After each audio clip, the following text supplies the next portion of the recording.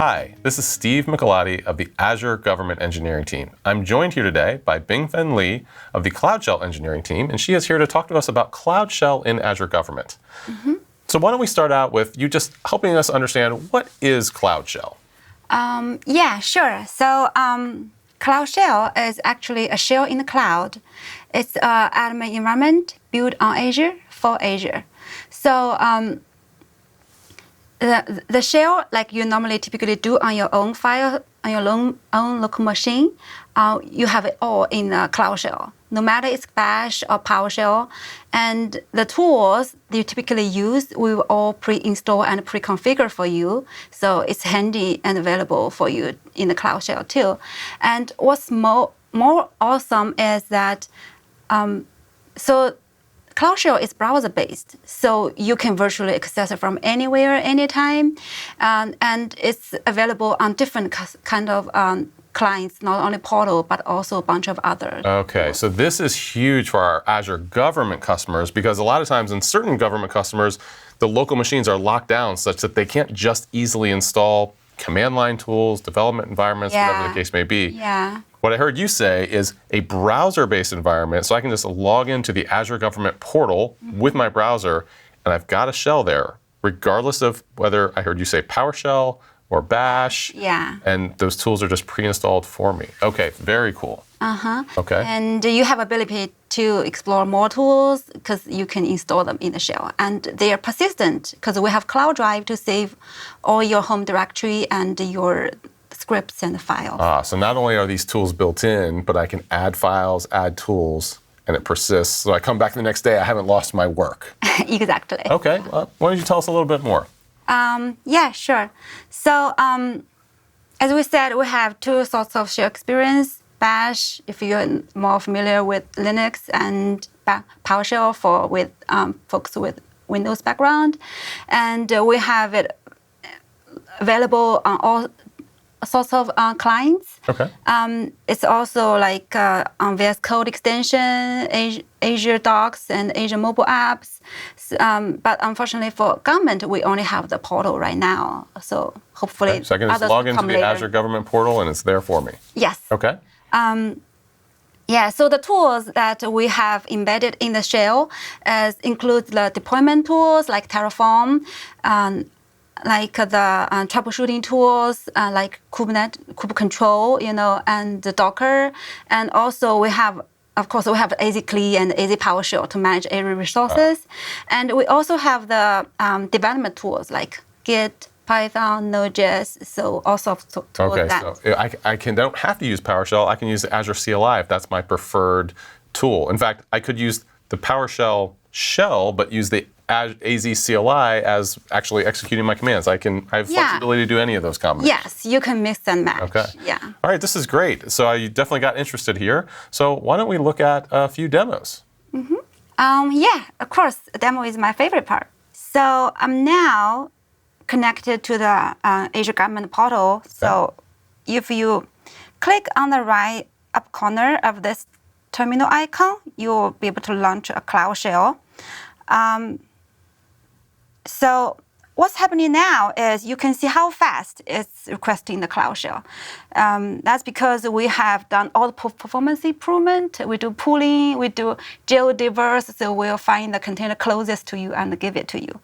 So once you get the shell, it will launch a Node.js app service for you and done all the magic word in the background.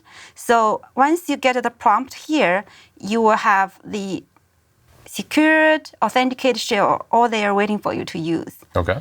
Okay, so now we're in the Bash experience for here. We can first look at the menus, what options we have here. So you can switch to PowerShell anytime, and a bunch of other options for you to restart it if you feel you need to. And then to get help, to change settings, you can also, depends on your need, to change the font size and the text size. Here, we'll talk a little bit more about this upload and download files, okay? So let's take a look at here first. So this is my home directory. I have only 2 files here. Let's say I prepared a little script, like for today, the demo. Okay. It's on my local box right now. And I want to upload it to the Cloud Shell. One option for you is you can click this upload.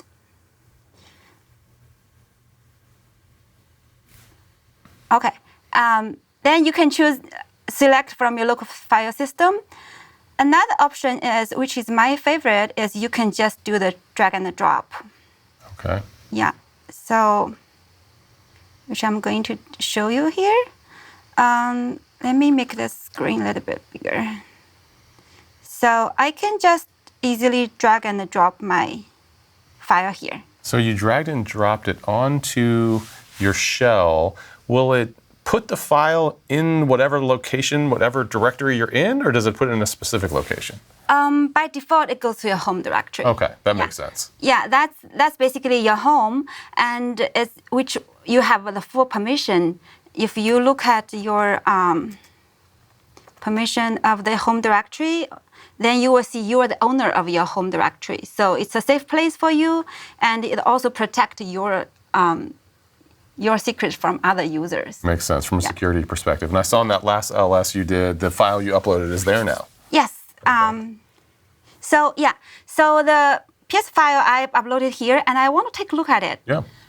Editor. So we have awesome editing experience here. We have a Vim. We also have Nano, if you use them very often. But here I'm going to show you another editor. It's called Code. Have you used Code? Yeah, so VS Code right in the browser. That's amazing. Yes. Yeah. So this one is not truly the VS Code. It's actually open source Manico editor, but it feels like code. I mean, the experience is similar to code. So right now I'm going to do the code dot, which is going to open my current directory with code. So I can select the file I just uploaded here. Okay. So here I notice, my location is not that right. So it was for public cloud. I'm going to change it back to the US government. When I type here, you will notice it has IntelliSense activated. Yeah, so I can just simply choose the one that fit what I wanted. So not only do I get this great code editing experience right from the shell, but it even has IntelliSense built in. Yes. And it's intelligent to see you're in Azure Government and it let you autocomplete with US Government. It has intelligence to tell what might be your choice, so it will pre-select for you.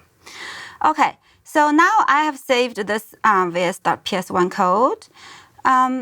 You can, if you want to save it, right, because you changed it, then you can download it to your local. This is one way, and you can also simply just do this, download vm.ps1. But today at here, I want to show you another choice. Let me close this editor for now. Okay, so if you look at the file system here, you will notice we have mounted your cloud drive to Azure storage account. And also there is another mounting is your home directory your whole home directory actually maps to an image file in your storage account.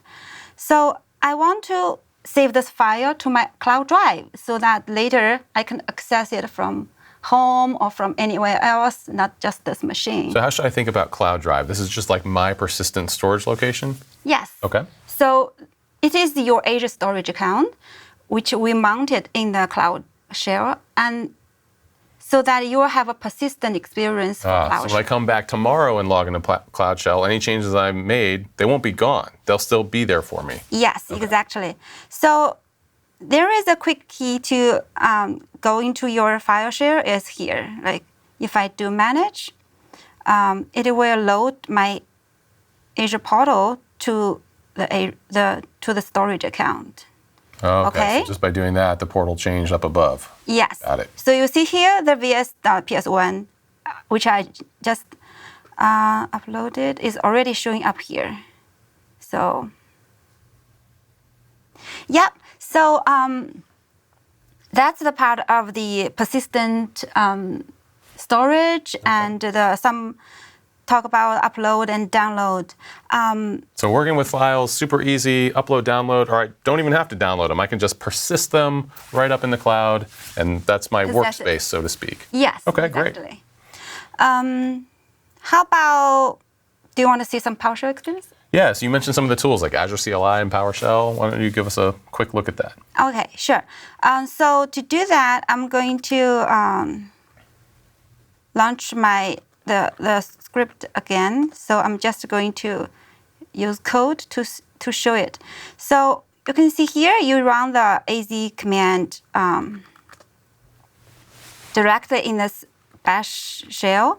So the AZ CLI was just built there for me. I didn't have to install it like I would have to do on my local machine. Yeah, and even better, we update to the latest version for you. Yep. We update every 2 weeks. Oh, that's great. So I don't have to worry about updating like I would have to locally.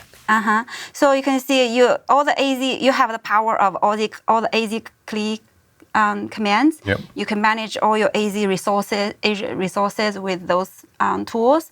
And if you are more familiar with PowerShell, you can switch to the PowerShell to do those management work too. So to switch to PowerShell, we can just use this drop down here. Shall we do that? Sure. Okay. So Steve, do you know what's happening behind when I do the switch? Well, it looks like from the messages I sometimes see that it could potentially be reusing the same container and sending others to the background. Yes, we used to do when we switch the experience, we used to destroy current container, give you another container, which is like we used to host these two on different OS, like Bash on Linux and then PowerShell on Windows. But later on, after the PowerShell has the PowerShell 6.0, which is cross-platform, it also supports Linux and Mac and all the other OS. Then we just get rid of the switching container. We use the same container, so we run PowerShell in Linux now. So it must make things a lot faster then. Yeah, it is. And we developers, we're often impatient. We don't want to wait for things, so. Unfortunately, yeah. Windows container does take a little bit longer to launch. Okay. So we're in PowerShell right now. Let's take a look at the module we have. Okay. So these are the by default loaded modules for you. Of course, you can see we do have a lot more for you to potentially, you can load as your own demand. So you can see we have Teams, we have Exchange and Azure AD, and this one, the Azure PS Drive is interesting. So if you notice, we have the Azure Drive here instead of other prompt. So what that does is it maps your Azure resources into a file system hierarchy. So when you do dir, it will search for your Azure resources. Right, so we can just see the Azure resources like a file system because of that module that's already preloaded into the environment for us. Yes, and if you go to one of the resource group, and then all the Azure PowerShell commands will be scoped within that resource group instead of searching across all the subscription. Very cool. Yeah. So like this, if I do Azure and resource group, okay, so then you can see what resource groups we have here. And that's nice because if I don't remember the CLI command for, what is that to list my resource groups? AZ, groups, list. I don't remember. I can just navigate doing CDs and DIRs, and I don't have to memorize all the list commands. Yes. And then on the other way, people may wonder, like, how can I get access to my real file system? You can still use the Linux command, like ls, to switch back to your real file system. Okay, so I'm going to demo how we can manage our VMs and in the Cloud Shell here. So I have prepared 2 AZ VM here. Okay, so one for Linux and for Windows. Next, we are going to connect to those VMs and do some work there and then come back. Okay. Okay, now we are going to show our next demo, which is to managing the VMs. I'm going to get my little demo scripts back here. So as I've shown you here, we already got these two VMs set up, so I don't have to run the command, the create commands again. Okay. So here, we'll do the Windows VM first. So here, you definitely need to enable your remoting for us first before for us to be able to connect. And then you can just use this enter. Okay, enter AZVM. With my prepared credentials, you can just enter into this VM. Okay, so the enter AZVM command is essentially letting you go into this particular VM. Mm-hmm. Okay. Yeah. This does has a requirement, though. It requires your VM has a public IP. Got it. And so now I see the prompt for this one is that the C:users is actually now on that VM that you just went into. Yep. Okay. You can double check the host name, and now you can do troubleshooting, collect logs, you know, and even restart this VM if it's something weird going on. Yeah. So this is for the Windows. This is for the Windows VM, and for Linux. Normally we use SSH to connect to it. So for here, I'm just going to connect to it directly like this. So not only do we have Cloud Shell to manage our entire cloud, but we can also manage just a granular individual VM, regardless of whether it's Windows or Linux. Yes. Okay. Yeah, and it's very convenient. As you see, just one command, you can then connect to it, right? Yeah, this is the Linux VM. So you can imagine there are lots of possibilities for you to do the things you can do in Cloud Shell. Yeah, and this is for deployment and troubleshooting and the management. And we also have the tools to do development. Even with that, it's like, I think about the traditional cases of having a jump box. This gives you that and so much more. Yeah. All right, so you mentioned also... tools. Okay, you mentioned also development tools. Okay, cool. Yeah, so for development tools, we also have Git, we have .NET, we have, as I said, programming languages, we have Python and Node.js, right? So I'm going to demo Node.js app. Okay. So if I go back to my home directory here, yeah, I have a main.js here. It's very simple. You can use code to look at it, right? So here it just create a server and then print. So it's kind of like the traditional Node.js Hello World application where it just prints something to return HTML. Exactly. Okay. So now I can, if I change something or I want to give it a try, I can just run it in the shell and give it a port number, 8099, and then you can test it out like this. So you need to configure this port number, 8099, and then you can just give it a try. Wow, so not only can I start Node from there, but it'll actually give me a temporary environment where I can actually hit it from my browser. Exactly. Wow. So something for everyone. We have for network administrators and command line tools for developers, developer tools. It's really a full-fledged solution there. Yeah. Okay. And as we said, this shell is all yours. You can install as your own demand. So not only do I have the built-in tools, but I can add my own tools and customize it however I want, and it's persistent storage, so it'll be there for me tomorrow. Mm-hmm. Okay, great. This has been Steve Michelotti with Bingfeng Li of the Cloud Shell engineering team talking about Cloud Shell on Azure Government. Thanks for watching.